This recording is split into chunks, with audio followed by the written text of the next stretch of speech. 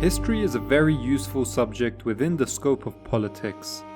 It can be used to tether a nation to an ancient past filled with tales of glory and achievements. In the modern period, various Muslim countries began expressing great interest in their nation's history. Persia, the bastion of civilization that it always has been, jumped on this development enthusiastically. So much so that its modernizing autocratic ruler Reza Shah Pahlavi decided to officially change the country's name to its historical one, Iran. This was the term the area was known by in the past. The only issue was, the term actually implies an area much bigger than just present-day Iran. Persia is derived from Fars, which is only one of many provinces in Iran. Consequently, those Persians had a domineering role in determining Iranian culture. Nonetheless, the official name change was decried by many intellectuals in neighbouring countries like Afghanistan because the name of the total was given to a part. Join me as I discuss the formation of modern identities and how history can shape them.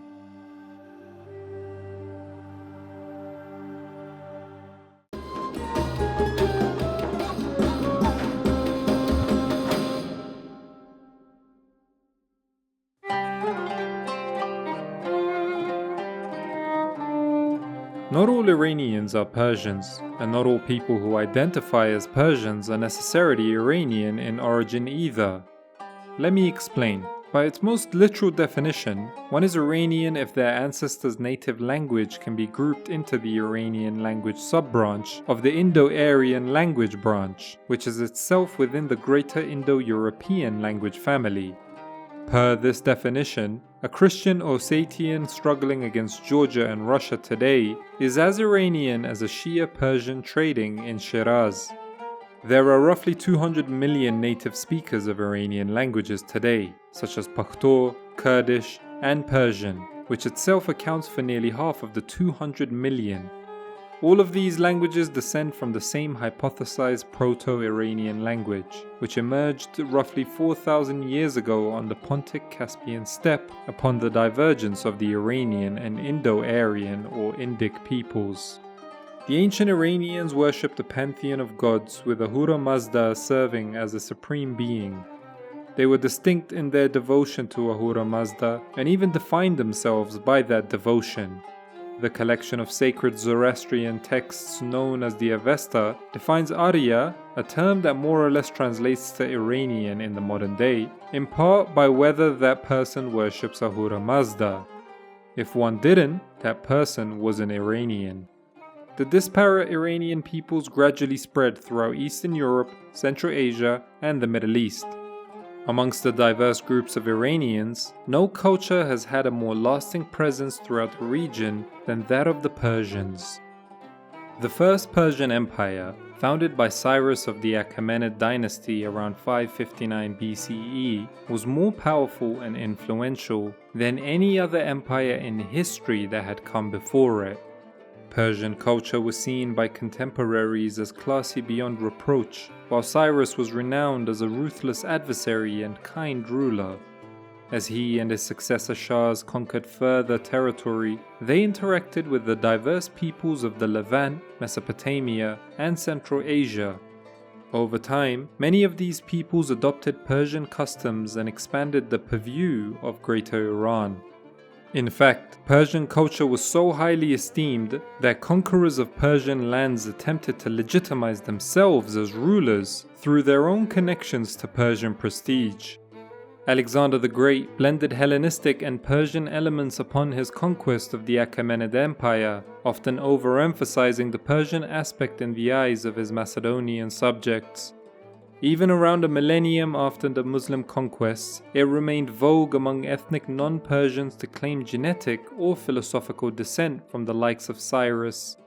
Later, in 224 CE, emerged the Second Persian Empire under the Sasanian dynasty, whose rulers patronized incredible advances in science and literature and actively sought to emulate their Achaemenid predecessors. Until the Sasanian era, the term Iran was only used in reference to lands in which the Iranians lived, and thus was more conceptual than tangible. It was during the Sasanian era that Iran also became used in reference to lands controlled by Iran Shahr, the Sasanian endonym meaning Empire of the Iranians.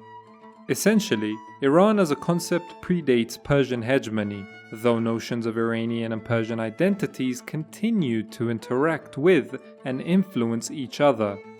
The notion of Iran as a nation with borders, however, is an inherently Persian idea.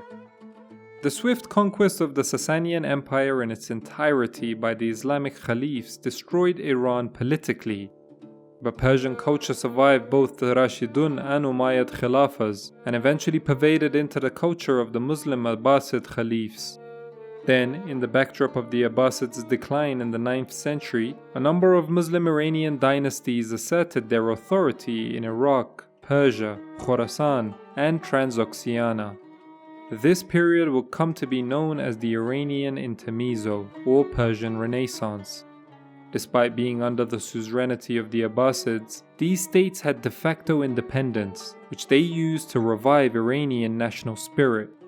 Interestingly, out of the 15 or so regional states during the Intermezzo, only 2 were most likely ethnically Persian. The remaining 13 included 3 dynasties of Eastern Iranian origin, 4 dynasties of Caspian Iranian origin, 5 dynasties of at least partial Kurdish origin, and an ethnically Turkic dynasty that had been culturally Persianized. Despite their disparate origins, each of these dynasties contributed in some way to the revitalization of Persian cultural influence in Greater Iran. The Intermezzo served as an expression of rebellion against the cultural and political domination of Arabs over Iranians. This extended to the religious sphere, as some of the Intermezzo states were Shia. The Buyids of Iran and Iraq symbolized this. They were 12 Shias who proudly highlighted their links to pre-Islamic Persia. Buyid rulers carved many inscriptions into the Achaemenid capital Persepolis and made consistent reference to Iran Shahr, or Greater Iran. In many ways, Shi'ism offered Iranians the ability to be different while still retaining their newfound Islamic identity, which by this point had become integrated into the Iranian consciousness. This became important for the Safavids later, when they were trying to distinguish themselves from the Ottomans. In addition, Shi'ism gave them the space to express their cultural practices alongside their religious practices, considering Shi'ism was a lot less orthodox than the dominant Sunni Islam. Within this context, the anti-Abbasid rebellion of the Khurramite movement was a syncretic sect that took inspiration from both Shia Islam and Zoroastrianism. At the time, Shias were still forming the canon of their beliefs. For 12 Shias, that process was not near completion until the 17th century, with the works of Muhammad Baqir al-Majlisi. Further north from the Buyid Emirats, on the isolated shores of the Caspian Sea, the ancient religion of Zoroastrianism still maintained a strong presence. In Tabristan, Mardavij had established the Ziyarid dynasty with the intention of restoring a native Iranian empire, with Zoroastrianism being the state religion. Soon thereafter, the Ziyarids converted to Islam, but Arab chroniclers consistently refer to the Daylamites and Gilanis living in the region as atheists, most likely on account of their religious heterodoxy. So overall, the Iranian Intermezzo allowed pre-Islamic markers of identity, the Achaemenid and Sasanian heritage, Zoroastrianism as well as Farsi, to be robustly incorporated into a Muslim Iranian identity. Speaking of Farsi, the quintessential piece of Iranian literature, the Shahnameh, also came to be during this Intermezzo. Since its completion over 1,000 years ago, it has shaped the concept of Iranian nationhood. Serving in the courts of both the Samanids and Ghaznavids, the poet Ferdowsi compiled hundreds of culturally significant Persian tales, including texts from pre-literate Iran all the way to stories of his own creation. The Persian origin of the tales of the Shahnameh thus forever linked Iranians with a shared Persian cultural heritage. The epic redefined what it meant to be Iranian, and remains a source of unity and reverence to millions of Iranians to this day. Over 900 years after the Shahnameh defined Iranian identity, the spectre of 20th century European imperialism sparked furious discussions about how to best protect the Iranian nation and who that nation belonged to. In 1925, after years of leading Persia to ruin, the Qajar dynasty was overthrown by Reza Shah Pahlavi. The new Shah declared to international actors in 1935 that he was not the Shah of Persia, but the Shah of Iran, and they should only refer to his country as Iran from now on. Reza Shah's request was rooted in trying to gain historical legitimacy for his nation. Western nations promptly adopted the name change, but Reza Shah's declaration evoked a far more mixed response among non-Persians in Greater Iran. At this time in the Islamic world, there was a sudden explosion of interest in the pre-Islamic heritage, especially for its ability to legitimize the nation-state. In neighbouring Afghanistan, there was a lively and burgeoning intelligentsia keenly interested in exploring their nation's rich ancient past. The Afghan historian Ahmad Ali Kozad denounced the name change as a Persian attempt to claim ownership of Greater Iran in its entirety, bitterly opining the name of the total was given to a part. Yet Kozad too reluctantly acknowledged the enormity of Persian influence over Greater Iran as a whole. To that point, Reza Shah, who was born Reza Khan to a Caspian Mazandarani family, launched a Persianization campaign that aimed to eliminate the cultural identities of non-Persians, including ethnic Mazandaranis. Turkic peoples were most targeted, even though many of the architects and most ardent supporters of this forced assimilation policy were ethnically Azeris, who had rejected their Turkic ethnicity in favor of a Persian identity. Beyond the Middle East, identity politics was playing a massive role in European politics.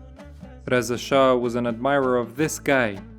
Likewise, his son and successor Mohammad Reza Shah once alluded positively to Aryan race theory when he described Iran as just like the other Aryan nations in Europe. Remember that Europe and the West were seen as the zenith of civilization at the time. Many leaders in the Middle East, including Reza Shah's friend Ataturk, felt that they had to become European-like in order to be strong and powerful like them. Both Pahlavi Shahs fostered this amalgamation of Persian exceptionalism and the radical secularism that came with it, and proceeded to brutally suppress any discontent brought by the nation's influential Islamic clerics and the broader Iranian masses. This culminated with Mohammad Reza's deposition in 1979 and the installation of an ultra-conservative Islamic theocracy in his stead, ushering in a Persia without a monarchy for the first time in recorded history and an unstable future. Iranian and Persian identities have blended and diverged so frequently over more than 2,000 years that it is sometimes difficult to discern which aspects of either are distinct. The enduring and relatively unchallenged authority of the Islamic Republic, then, could potentially prove to permanently redefine Iranian identity once again. Islam's dominance in Iran is not new, but the dismissal of Persian heritage by Iranian leadership is. Ferdowsi proudly recounted over 1,000 years of Zoroastrian Persian cultural tradition in the Shahnameh, even though he himself was Muslim. The Iranian state today has kept itself removed from much of the Persian heritage inextricably tied to the land. Only time will tell if they engage with the historic Persian identity or contribute to the development of a new one. My instinct is that it will have the same pendulum effect that the Pahlavis' modernizing reforms did. Eventually, it's going to make enough Iranians revert to the opposite extreme.